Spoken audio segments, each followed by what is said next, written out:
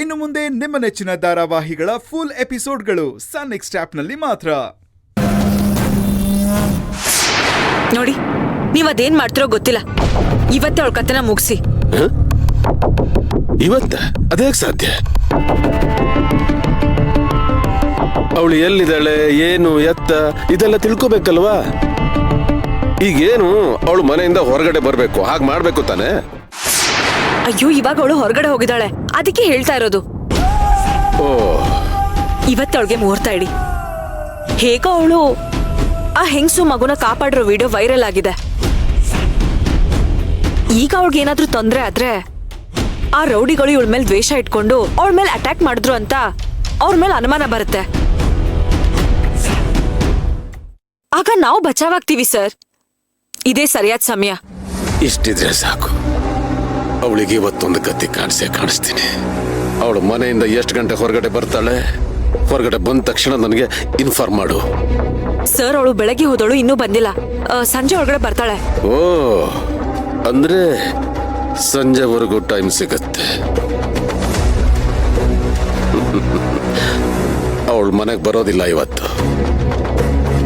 ಇವತ್ತೇ ಯಾಕೆ? ಪರ್ಮನೆಂಟ್ ಆಗಿ ಅವಳು ಮನೆಗೆ ಬರೋದಿಲ್ಲ. ನಿಜವಾಗ್ಲೂನಾ ಸರ್? ಅನುಮಾನನೇ ಬೇಡ. ಈ ಸಾರಿ ಯಾವುದೇ ಕಾರಣಕ್ಕೂ ಗುರಿ ತಪ್ಪೋದಕ್ಕೆ ಸಾಧ್ಯನೇ ಇಲ್ಲ.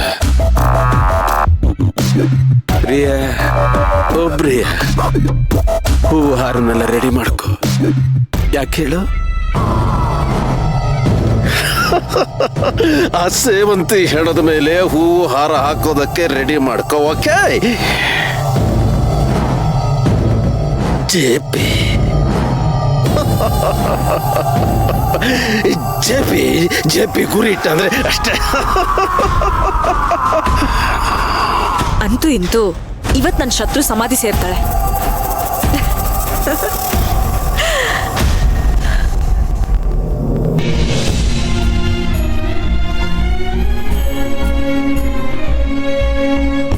ಅದ್ಕೆ ನೀವ್ಯಾಕೆ ಇದನ್ನೆಲ್ಲ ತೊಳಿತಾ ಇದ್ದೀರಾ? ಎದ್ದೇಳಿ, ನನ್ನ ಮಾತು ಕೇಳಿ, ಎದ್ದೇಳಿ. ಏನಾಯ್ತೋ? ಕೈ ಏನ್ ಸೌದೋಗುತ್ತಾ? ಬಿಡು, ತೊಳಿತೀನಿ. ಛೇ, ಸಹಾಯ ಮಾಡ್ತೀನಿ ಅಂತ ಬಂದವ್ರು ನೀವು. ನಿಮ್ ಕೈಯಲ್ಲಿ ಈ ಕೆಲಸ ಎಲ್ಲ ಮಾಡ್ಸೋದ?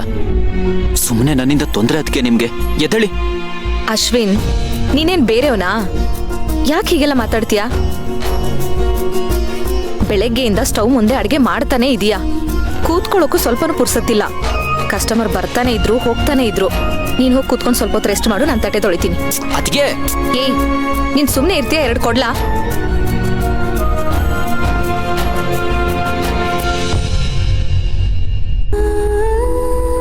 ಅದಕ್ಕೆ ಅಂದ್ರೆ 2ನೇ ತಾಯಿ ಅಂತಾರೆ.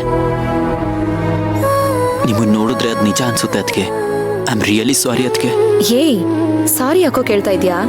ಅಲ್ಲ, ಅದಕ್ಕೆ ನೀವು ಕಣ್ಣನ್ ಜೊತೆ ಅಡ್ಜಸ್ಟ್ ಮಾಡ್ಕೊಂಡು ಹೋಗು ಅಂದಿದ್ದನ್ನ ನಾನು ತಪ್ಪಾಗಿ ತಿಳ್ಕೊಂಡೆ. ನೀವು ಅವನ ಪರನೇ ಇದ್ದೀರಾ. ನಮ್ಮ ಮನೆಯಲ್ಲಿ ಯಾರಿಗೂ ನನ್ನ ಮೇಲೆ ಪ್ರೀತಿ ಇಲ್ಲ ಅನ್ಕೊಂಡೆ.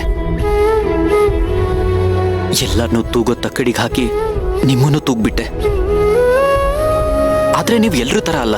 ಅಶ್ವಿನ್, ಮನೆಯಲ್ಲೂ ಯಾರು ಹಾಗಲ್ಲ. ಎಲ್ರಿಗೂ ನಿನ್ ಮೇಲೆ ತುಂಬಾ ಪ್ರೀತಿ ಇದೆ.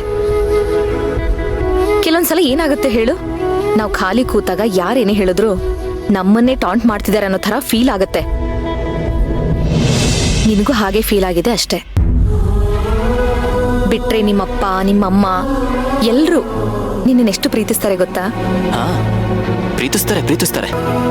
ಆದ್ರೆ ನನ್ನ ಸ್ವಾಭಿಮಾನಿಯಾಗಿ ನೋಡಕ್ಕೆ ನನ್ನ ಹೆಂಡತಿ ಕೂಡ ಆಸೆ ಪಡ್ತಿಲ್ಲ.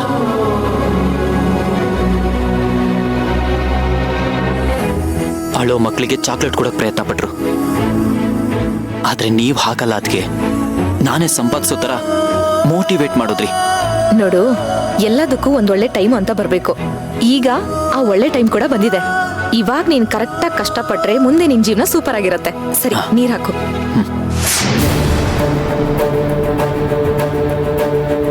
ಏನ್ರಿ, ಇಲ್ಲೇ ಪಾತ್ರೆ ತೊಳಿತಾ ಇದ್ದೀರಾ? ಸೊಳ್ಳೆಗಳು ಬರುತ್ತೆ. ಕಾಮನ್ ಸೆನ್ಸ್ ಇಲ್ವಾ ನಿಮ್ಗೆ? ಸರ್, ಮುಸ್ರೆ ಎಲ್ಲ ಏನಿಲ್ಲ, ಸಿಂಪಲ್ ಆಗಿ ತೊಳ್ಕೊಂಡು ಹೋಗ್ತಾ ಇದ್ದೀನಿ ಅಷ್ಟೇ. ನಾನು ಆಮೇಲೆ ಬಂದು ಕ್ಲೀನ್ ಮಾಡ್ಕೊಡ್ತೀನಿ. ಏನ್ರಿ, ಕತೆ ಹೊಡಿತಾ ಇದ್ದೀರಾ? ಪಾತ್ರೆಗಳಲ್ಲಿ ಗಲೀಜಿಲ್ದೇ ಇರತ್ತಾ? ಪೊಲೀಸ್ ಕಂಪ್ಲೇಂಟ್ ಕೊಡ್ಬೇಕಾಗತ್ತೆ. ಸರ್, ಯಾಕೆ ಪೊಲೀಸ್ ಕಂಪ್ಲೇಂಟು ಅದು ಇದು ಅಂತೆಲ್ಲ ಮಾತಾಡ್ತೀರಾ?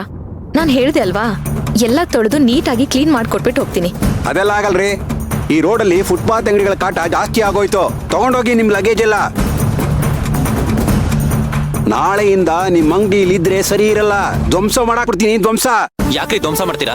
ಇದೇ ನಿಮ್ಮ ಅಪ್ಪಂದ ರೋಡು. ಏಯ್, ಅಪ್ಪನ ವಿಚಾರಕ್ಕೆಲ್ಲ ಬಂದ್ರೆ ಸರಿ ಇರಲ್ಲ.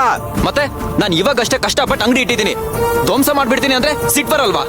ಏನೋ ಏನ್ ಸಿಟ್ ಬಂದ್ಬಿಟ್ರೆ ಏನೋ ಮಾಡ್ಬಿಡ್ತೀಯ ನೀನು? ಏನ್ ಚುಚ್ಬಿಡ್ತೀಯಾ? ಏನ್ ದೊಡ್ಡ ಡಾನಾ?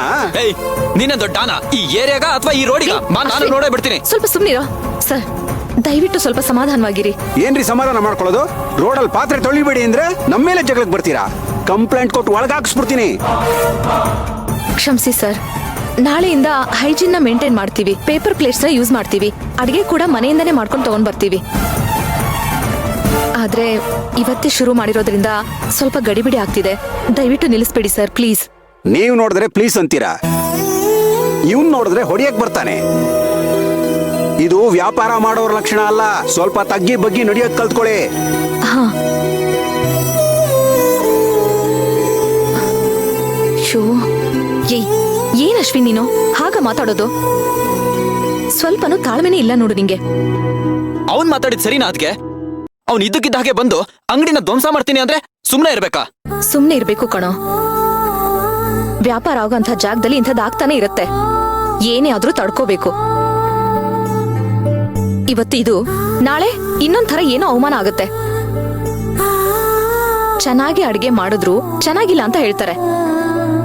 ಅವ್ರು ಹಾಗಂದ್ರು ಅಂತ ತಿಂದ್ರೆ ತಿನ್ನು, ಬೇಡ ಅಂದ್ರೆ ಬಿಡು ಅಂತ ಹೇಳಕ್ಕಾಗತ್ತಾ? ಒಂದ್ ವೇಳೆ ನೀನೇನಾದ್ರೂ ಆ ಥರ ಅಂದ್ರೆ ನಾಳೆಯಿಂದ ಕಸ್ಟಮರ್ ಬೇರೆ ಹೋಟೆಲ್ ನೋಡ್ಕೋತಾರ ಅಷ್ಟೇ. ವ್ಯಾಪಾರ ಮಾಡೋ ಜಾಗದಲ್ಲಿ ಪಬ್ಲಿಕ್ ಜೊತೆ ಕಸ್ಟಮರ್ ಜೊತೆ ಒಳ್ಳೆ ರಿಲೇಶನ್ಶಿಪ್ ಇಟ್ಕೋಬೇಕು.